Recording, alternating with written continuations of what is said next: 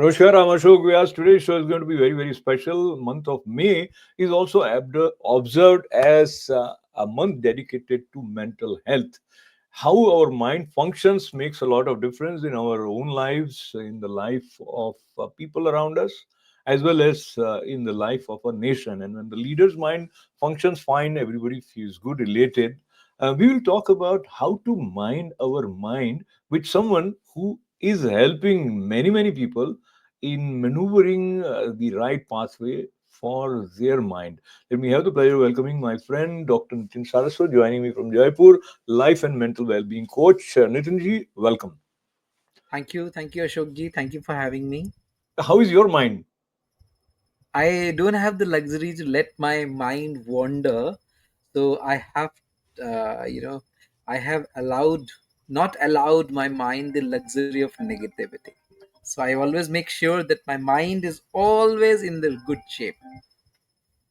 Wonderful. So I'll kind of pick your line. You don't have the luxury to let any negativity creep in. And I think nobody who is in his sane mind would let that luxury take over, because that somewhere consciously or unconsciously takes away your potential and what you can do. I'm very excited about the way things unfolded overall for India in terms of the Operation Sindoor, its culmination. And I was also excited listening to Prime Minister Narendra Modi's interaction and address. I'll share a glimpse of it. And in the context of how we make use of our mind, we will have some tips from you to make the most of our mind. So here we go to Prime Minister Narendra Modi, where he addressed these. In fact, Nitinji, as you are aware, this was a way of thanking and appreciating them. दुश्मन के Absolutely. किले की दीवारों को ढहा देते हैं। जब हमारी मिसाइलें सनसनाती हुई निशाने पर पहुंचती हैं, तो दुश्मन को सुनाई देता है, भारत माता की जय। जब रात के अंधेरे में भी जब हम सूरज उगा देते हैं, तो दुश्मन को दिखाई देता है,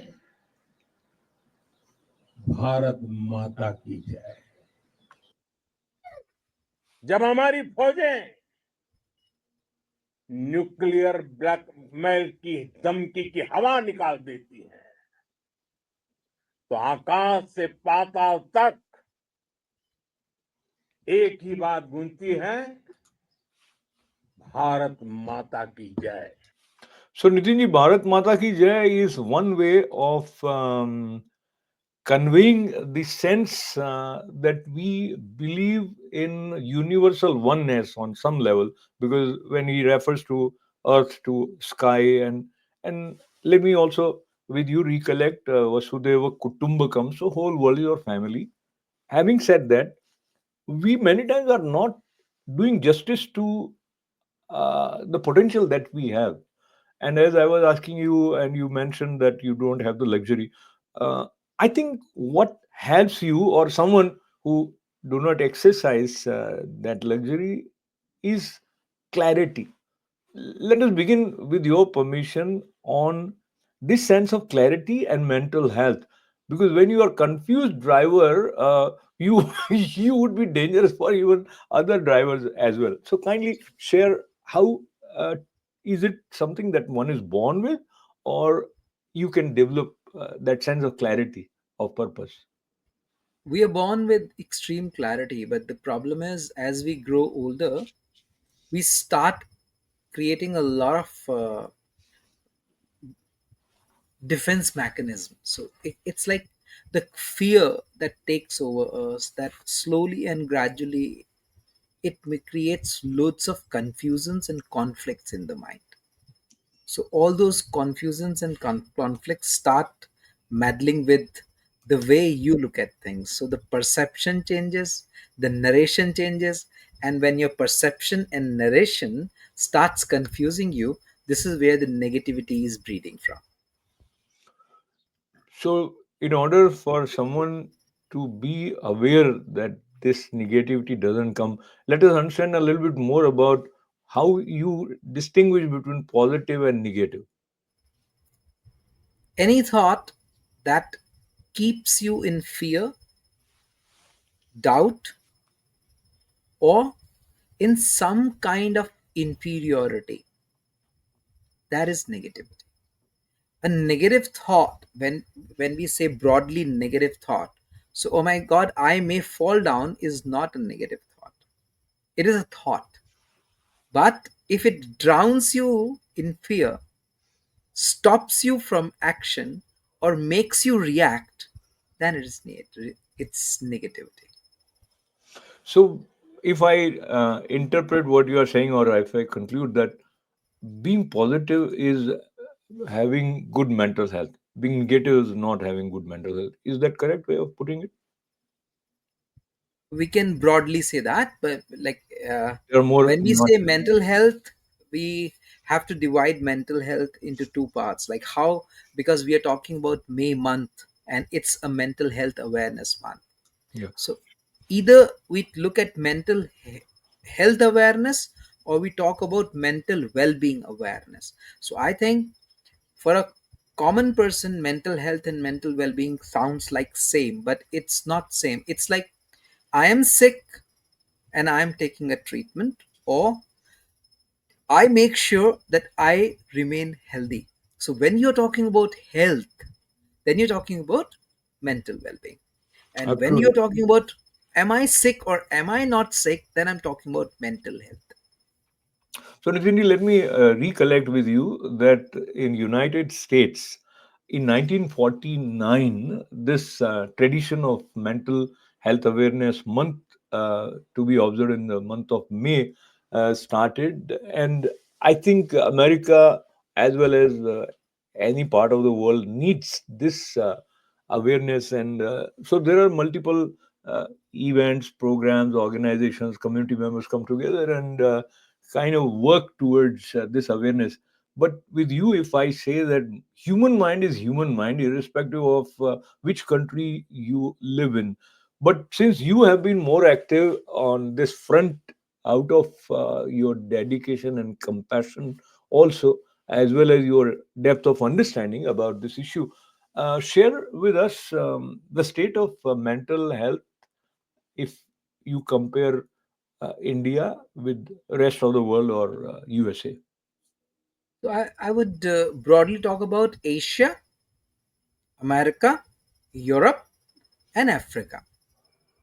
So if we talk about Asia, we have a lot of baggage of emotions. Like we are people who wear our emotions on the sleeve. So you talk about India continent, India, Pakistan, Bangladesh. We are almost same type people. We are we usually we have families. It's not just a single person. It's a big family. Families matter for us. And though it's changing now, still mostly the problem is not loneliness that way. People are not lonely per se without a company lonely.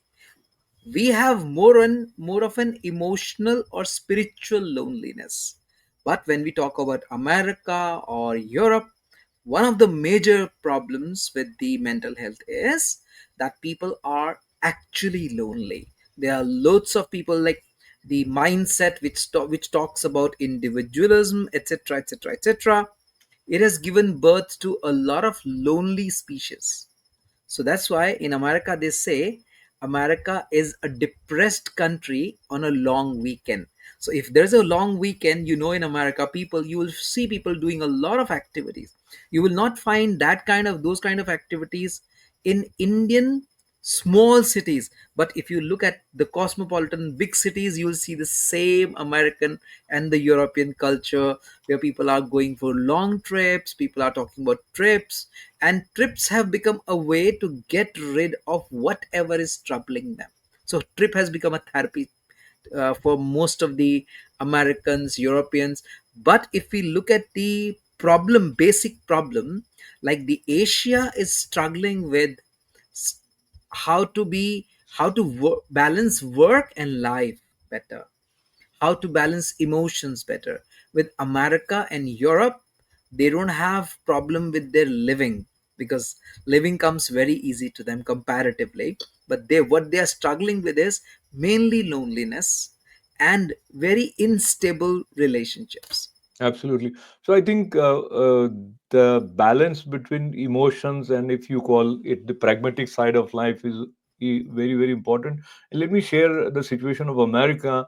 Uh, Mental health conditions are widespread. For example, 1 in 5 adults experience mental illness every year, and 1 in 6 youth have a mental health condition, but only half receive treatment. That I'm talking about America, developed nation. And the data shows mental illness begins by age 14, and 75% by age 24. Uh, Kind of gives some suggestions that they need, uh, I mean, some sort of help. So there is early awareness and intervention is very, very important. So I think what we are discussing right now in the month of May and the way this is observed, uh, if I also take this opportunity to quickly add that more than 30 million people in USA still lack access to comprehensive, high quality mental health care. So now compare what is happening in India. It would be much, much more, I think. If you talk about just numbers, it's going to be more. It's, if you talk about percentage, it's going to be a little lesser. But we have to look at, we cannot see it as a number game. It is more of a game of how many opportunities are lost just because of the mental health. So if we look at it in a scenario that a child or an adolescent misses all its abilities, their abilities, just because nobody is taking care of their mental health, like a tussle between a father and a son, a father, mother and a daughter, or an otherwise, has the potential to kill all the talent that the individual was having. Or even if the talent is blossoming, even in that case, this tussle has the power that the quality of life that individual is going to live is going to get affected. People carry loads of traumas. There is nothing called trauma counseling, and nobody pays a heed if somebody goes through, suppose us, like today there was a result, a major result in India for CBSA. Now all those who haven't scored well in these exams, there is no system in which we are going to talk about their mental health or the trauma that they have faced because of this examination and the mark system. Every time, like the NEET exam happened a few days ago in India, and people are telling me, I spoke to a lot of doctors who are very worried, and they told me it is one of the most difficult exams they have seen in decades. They said even the doctors were not able to solve the papers. Can you imagine the kind of stress and trauma it induced in all those aspirants who took this exam? But unfortunately, there is no system by which we are talking about this trauma.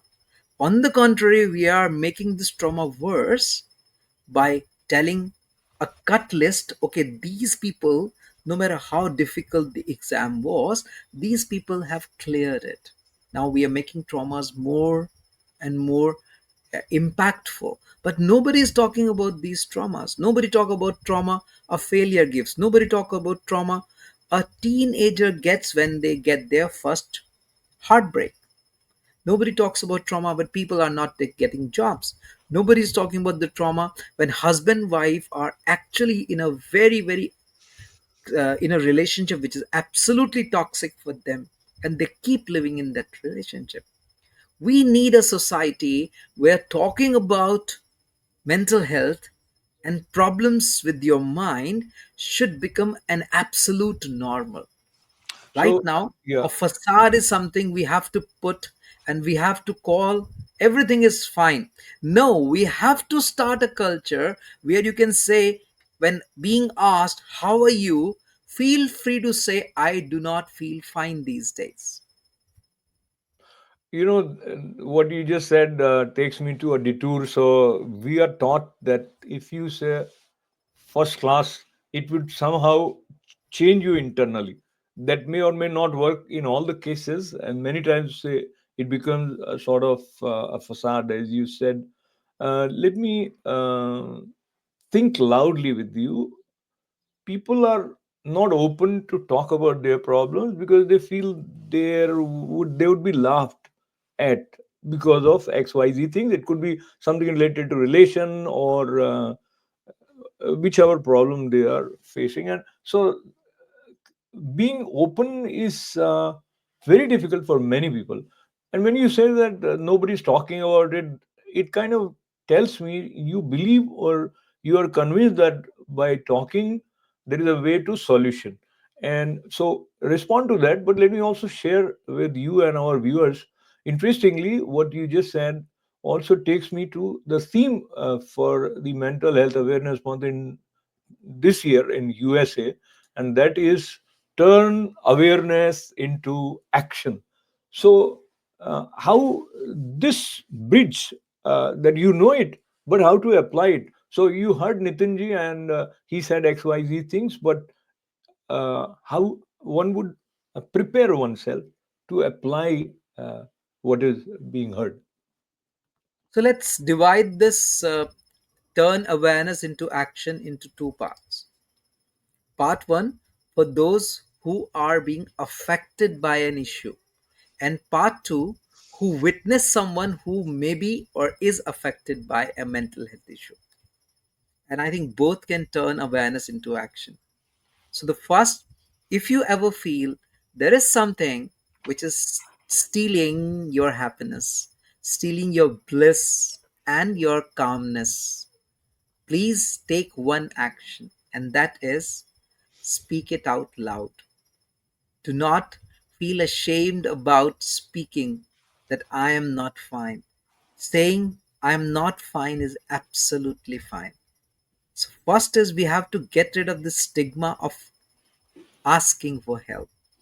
Even if you open up with one or two of your very loved ones, it will be a very good beginning because ventilation is at times all you need to let that pressure get released. So, first, awareness to action for those who are facing any issue is like that. And the second, awareness to action for those who witness someone facing an issue with mental health is if somebody is going through a tough time, please don't preach. As Jayashankarji said, please don't preach, become their partners. Beautiful Just said. partner them, Yeah. don't preach them.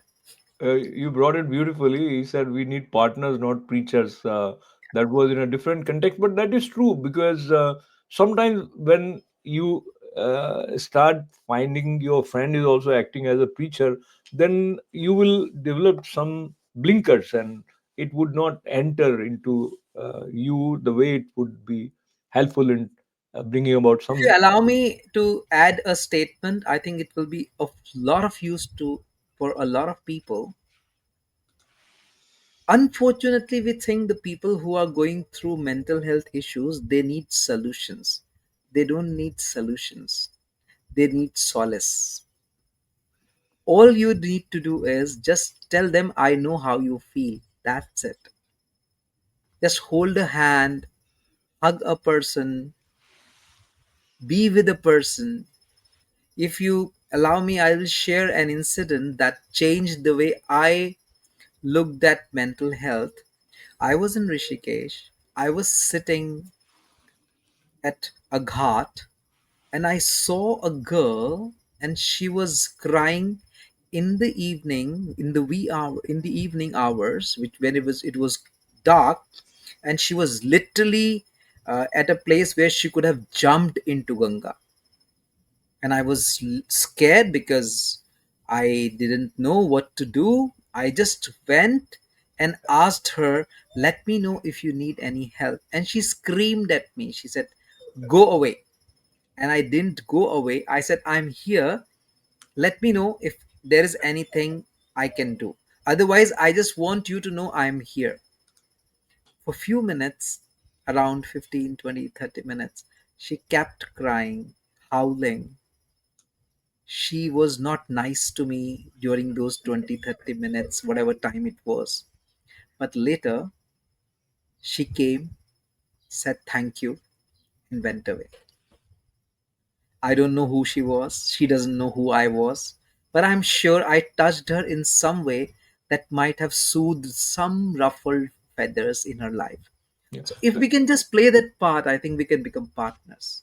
Absolutely, absolutely. I think if I use the word empathy or human touch, I think we all need human touch. And what uh, pierces and sort of hurts us many times is a sense of acute loneliness that there's nobody I can confide or confidentially I can share what I'm feeling. Uh, Now, how age is related to this? So, a child, as I mentioned about American situation, uh, why uh, they start feeling something like that could be multiple reasons. But talk to me about is age a big factor, or like it could be a child or it could be an adult or elderly person, whosoever. Mental health awareness is relevant for everyone. Mental health awareness is relevant for everybody. My during my research work, I worked with a lot of cancer patients, and even with cancer patients, we proved it that people who are in therapy, even right now I'm working with 5 cancer patients, and their chemotherapy becomes 50 to 60% percent easier. Their lives becomes better.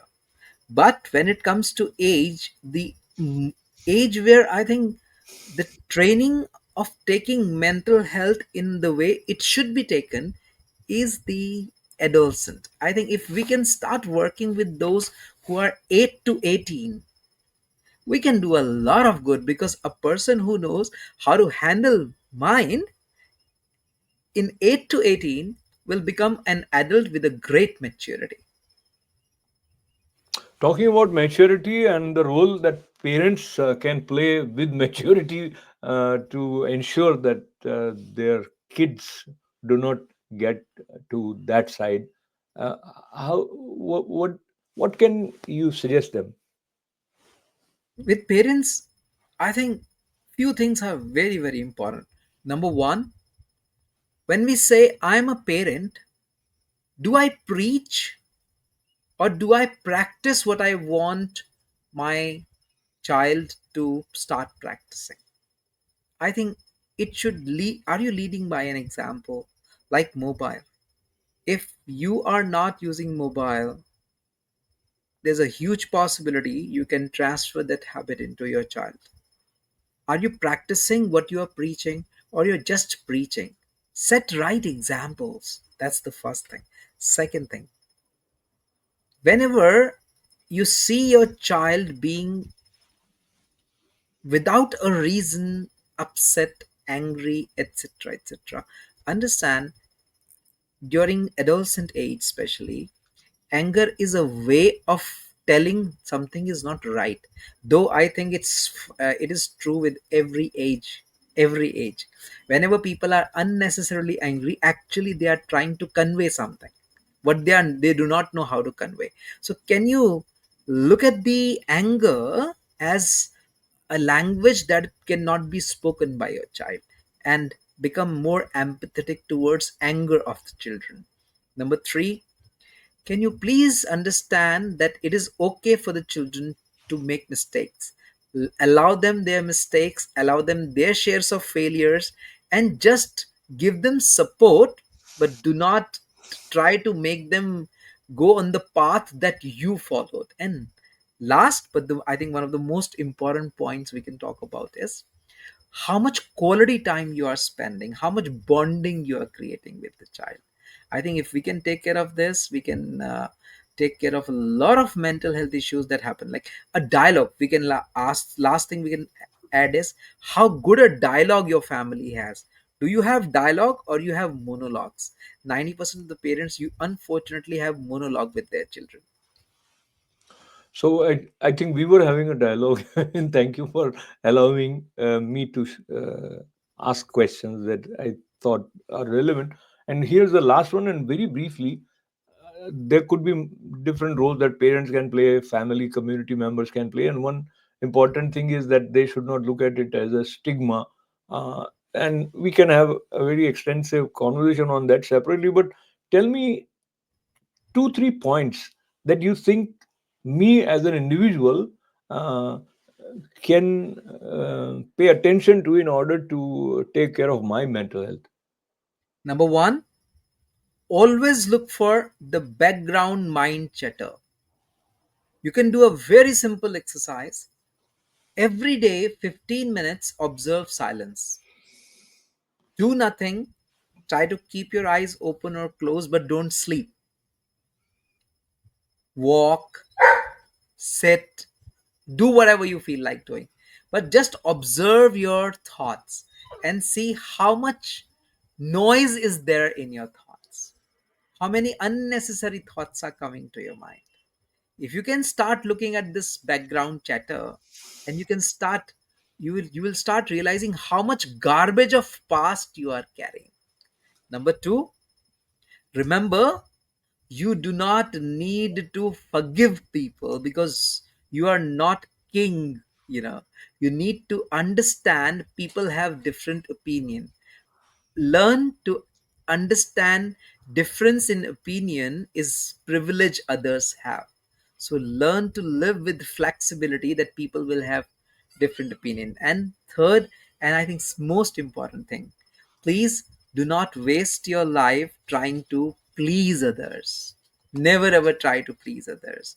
Don't become image conscious. Half of the problems we create for our mental health is because we are very image conscious. If you allow me a last point, please look for your inner communication.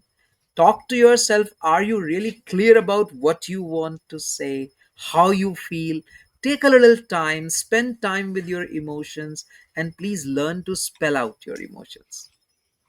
Wonderful. So I'll quickly repeat what you just said, and I think these points are very, very important. One, if I sum it up as observe 15 minutes silence every day, appreciate diversity. Diversity, I mean, opinion, people could be different, and you don't have to forgive them, but you have to appreciate that they will not think exactly the way you think.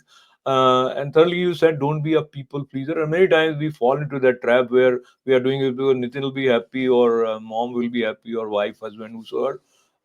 So if we lose ourselves, then what do we gain? But then these are multiple nuances, but we need to pay attention to our inner dialogue.